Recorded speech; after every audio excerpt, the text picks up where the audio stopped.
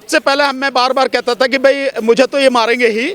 सो अब ये पटकथा पीएमओ की तरफ से लिख दी गई है कि भानु प्रताप सिंह को और जो महमूद पराचा हैं, इन दोनों की हत्या किसी भी समय कराई जा सकती है। हमें ये सारी चीज़ें इन्फॉर्मेशन है हमारे पास में, और ये हमला हम पे दिल्ली में भी हो सकता है, ये हमला दिल्ली के बाहर भी हो सकता है, क्योंकि न केवल मेरे बल्कि महमूद पराचा जी के और हमारे जितने भी साथी हैं, इन सबके फ़ोन लगातार आईबी के माध्यम से टेप किए जा रहे हैं, और साथ में मेरे साथ इतना तक है कि मेरे परिवार का हर फ़ोन रिकॉर्ड किया जा रहा है, हमारी हर मूवमेंट जो है वो की जा रही है। इसमें भी जो सबसे खतरनाक बात है वो बात बहुत ज़्यादा गंभीर है। केवल हमला ही नहीं, ये तो जैसे मैंने पहले बताया कि वो मुझे मारेंगे ही, महमूद पराचा को भी मारेंगे ही, ये तो हमें मालूम है। जो सबसे गंभीर बात है कि मुझे मरवाने की जो साजिश है वो इस तरह से है कि मुझ पे हमला मुस्लिम समाज के लोगों के माध्यम से कराया जाए। हालांकि वो मुस्लिम समाज के लोग नहीं होंगे ही नहीं के, जैसे ये मंदिर में मीट वगैरह फेंक के सब लड़ाते रहे, होते वही लोग हैं, लेकिन नाम लगाया जाता मुस्लिम का।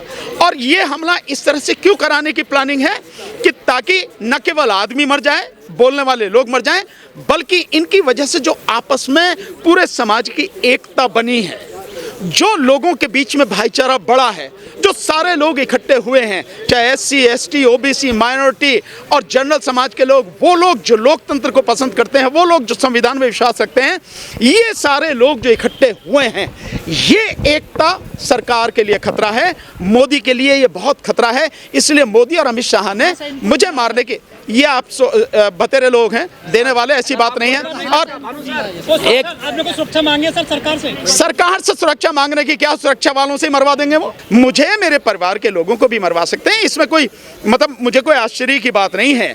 क्योंकि ये लोग, मोदी और अमित शाह, इनकी इतनी औकात नहीं है कि दोनों हमें खरीद सकें, ये हमें डरा सकें, ये हमें गुमराह कर सकें, अपने रास्ते से हमें भटका सकें, इनकी इतनी औकात नहीं है। सो इनके पास रास्ता क्या है?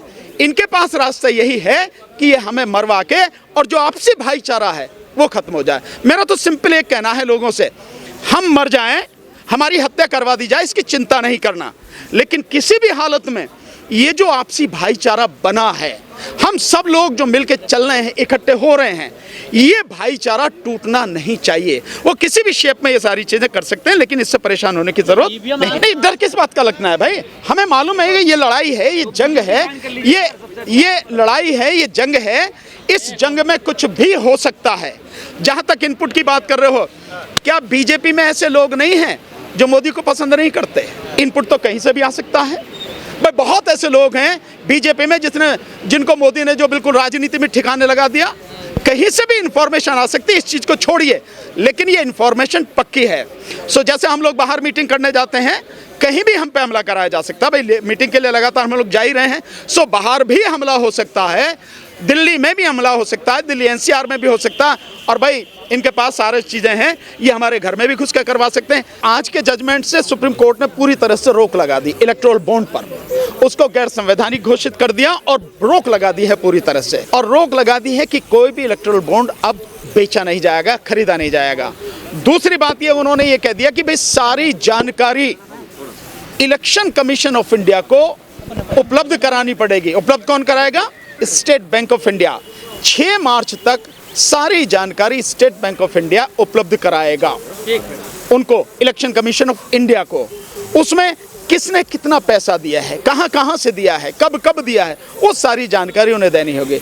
और इलेक्शन कमीशन ऑफ इंडिया की ये जिम्मेदारी दे दी है कि 6 मार्च के बाद से लेकर 13 मार्च तक इलेक्शन कमीशन ऑफ इंडिया को ये सारी जानकारी अपनी वेबसाइट पर अपलोड करनी पड़ेगी, डालनी पड़ेगी, पब्लिक डोमेन में डालनी पड़ेगी, और ताकि पब्लिक को पता लग सके कि कितना पैसा कहां से आया है और कितना पैसा किसको गया है। ये सारी जानकारी उस पर डालनी पड़ेगी। रही इसकी बात जो आप कह रहे हैं कि उनके खिलाफ क्या होगा, हाँ ये बात मैं मानता हूं कि ये फैसला केवल इतना है, जबकि होना ये चाहिए, क्योंकि ये जो पैसा है, सुप्रीम कोर्ट ने भी माना है कि इसमें काला धन बहुत कुछ हो सकता है, ये सारा का सारा जो पैसा है। सो इसकी जानकारी मिलना ज़रूरी। अब जानकारी आने के बाद पता लगेगी कि ये पैसा किन किन सोर्स से आया, कहाँ से आया है, ये 1 नंबर का है, 2 नंबर का है, किस तरह से शेल कंपनियों का है, ये क्या है।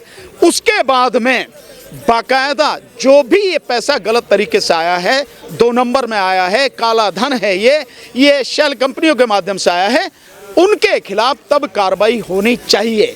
ये कार्रवाई जब होगी तभी ये फैसला सही मायने में पूर्ण होगा कि जो अपराधी हैं वो बचने नहीं चाहिए। आर्थिक अपराध में जिस तरह से सरकार विपक्षियों के खिलाफ जो ईडी लगा रही है, इनकम टैक्स लगा रही है, यही कार्रवाई उनके खिलाफ भी होनी चाहिए जिन लोगों ने शेल कंपनियों के माध्यम से 2 नंबर का काला धन जो है इन इलेक्शन बॉन्ड्स में इस्तेमाल किया है, दिया। देखिए, कोई भी हो, चाहे गुजरात की हो, दिल्ली की हो, बंबई की हो, मद्रास की हो, कहीं की भी हो, चाहे कर्नाटक की हो, बात यह है जिसका भी पैसा है, जो 2 नंबर का पैसा है, जो काला धन है, जो गलत रास्ते से आया है, शेल कंपनियों से आया है, उन सब की पता लगने के बाद में बाकायदा ईडी के माध्यम से जांच पड़ताल होनी चाहिए। पर बात यह है कि ईडी हो तो, सीबीआई हो तो, इनकम टैक्स हो तो, आज भी बीजेपी के बहुत लोगों का, जो बीजेपी के नेता हैं, उनके खिलाफ बहुत बड़ी लिस्ट है, जो सीबीआई के पास भी है, जो ईडी के पास भी है, लेकिन कार्रवाई नहीं हो रही। कार्रवाई किसके खिलाफ हो रही है? कार्रवाई हो रही है जो विपक्ष के नेता हैं, उनके खिलाफ में हो रही है। सो जो कार्रवाई है वो कार्रवाई इनके खिलाफ भी हो तब की बात है, जिसकी उम्मीद ना के बराबर है। सरकार डर ही ईवीएम के आंदोलन से रही है, सरकार डर ही ईवीएम के आंदोलन से रही है। सरकार राहुल गांधी की न्याय यात्रा से नहीं डर रही। राहुल गांधी चाहे देश का पूरा चक्कर नहीं, 4 बार चक्कर काट लें और पूरी धरती का चक्कर भी काट लें, अगर ईवीएम नहीं हटेगी तो कांग्रेस या विपक्ष जीत नहीं पाएगा। हाँ, ईवीएम हट जाएगी तो कोई भी जीत जाएगा, इन्हें कहीं यात्रा करने की जरूरत नहीं है, ये यहीं बैठे बैठे जीत जाएंगे। जनता इस मूड में है। और ईवीएम के खिलाफ कौन आवाज उठा रहा है? ईवीएम के खिलाफ हम लोग आवाज उठा रहे हैं, और आवाज इतनी जोर से अब ये गूंज रही है पूरे देश में, आवाज इतनी दूर तक चली गई है कि गांव-गांव, गली-गली, मोहल्लों तक, लोगों तक, घर-घर तक ये आवाज पहुंच रही है। इसलिए खतरा ये है, अगर पूरा देश खड़ा होगा। इस समय किसान आंदोलन बिल्कुल दरवाजे पर खड़ा है और लगातार हम लोग ईवीएम का आंदोलन कर रहे हैं, जो ओल्ड पेंशन स्कीम वाले हैं वो आंदोलन कर रहे हैं, सबको ही आंदोलन कर रहे हैं। और ये सब कुछ जब मिलेगा तो निश्चित रूप से सरकार का खात्मा होना ही होना है। इसलिए इस सब को तोड़ने के लिए साजिश की गई है। गृह मंत्रालय को इन्फॉर्मेशन दिया आप लोगों ने? क्या जरूरत है गृह मंत्रालय को इन्फॉर्मेशन देने की? जो गृह मंत्रालय या जो गृह मंत्री जब मारने की साजिश ही वो कर रहे हैं, हत्या की साजिश ही वो कर रहे हैं, तो उनको मतलब देने की क्या जरूरत है? क्या मतलब है उसका? बिल्कुल आरोप लगा रहे हैं, बिल्कुल आरोप नहीं है, ये सच्चाई है। आने वाले सुरक्षा देता सर, सुरक्षा हमें मालूम है किसकी सुरक्षा देते हैं, कैसे सुरक्षा देते हैं, ये आपको हमें बताने की जरूरत नहीं, कैसे सुरक्षा देता। तो अगर ये सारी चीजें हैं तो दे देना हमें सुरक्षा, तो क्या अपने आप सुरक्षा दे देना Z+ सिक्योरिटी में देना, महमूद पराचा को दे, मुझे दे, हमारे साथी राजन पाल गौतम है उनको दे, DC कपिल साहब को दे, जम राजेंद्र सिंघा साहब को दे, देना Z+ सिक्योरिटी। आप तो कह रहे हो वही मरवाने के प्लान? बिल्कुल, मैं तो कह रहा हूँ मरवाने की प्लान वो कर रहे हैं, पर तुम्हारे सवाल का जवाब मैं दे रहा हूँ। देखिए, उनको हर तरह से हम लोग सपोर्ट करेंगे, मॉरली भी करेंगे, फिजिकली भी करेंगे और लीगली भी करेंगे। जैसी सपोर्ट उनको चाहिए हम वैसी सपोर्ट उनको करेंगे जैसे हमने पहले की थी। बॉर्डर पर जाएंगे? बिल्कुल जाएंगे, जाने में क्या दिक्कत है? बॉर्डर तो यही आने वाला, किसानों को ये रोक नहीं सकते। इनके आंसू गैस के गोले क्या, तोप के गोले चला दो तब भी किसान रुकने वाले नहीं। आने वाले समय में आप देखना किसान यहीं दिल्ली के बॉर्डर पे मिलेंगे। आप कैसे कह रहे हैं कि वो नहीं आ रहा? संयुक्त किसान मोर्चा ने बाकायदा उनका सपोर्ट किया है। आपने अगर सुना नहीं है तो इसका मेरे पास कोई इलाज, आपने सुना नहीं है तो इसका मेरे पास कोई इलाज नहीं है। संयुक्त किसान मोर्चा ने बाकायदा ये कहा है कि किसानों के साथ किसी भी तरह की जाति बरजात नहीं की जाएगी, और संयुक्त किसान मोर्चा कल किसानों की सारी मांगों को लेकर भारत बंद का उन्होंने आह्वान किया है। और आज पंजाब में जो भारतीय किसान यूनियन उग्रा है, वो रेल रोको जो अभियान उनका चल रहा है। तो आप कैसे कह रहे हैं नहीं चल रहा? सब लोग साथ में हैं। ये सारे के सारे लोग ये संयुक्त किसान मोर्चा में थे। क्या सरवन सिंह पंढेर नहीं थे सिंघू बॉर्डर पे? देखा नहीं था आपने? क्या जो चौधरी हरपाल सिंह जी हैं ये नहीं थे क्या? क्या जगजीत सिंह जो दल्लेवाल साहब है वो नहीं थे? सारे के सारे उसी में थे।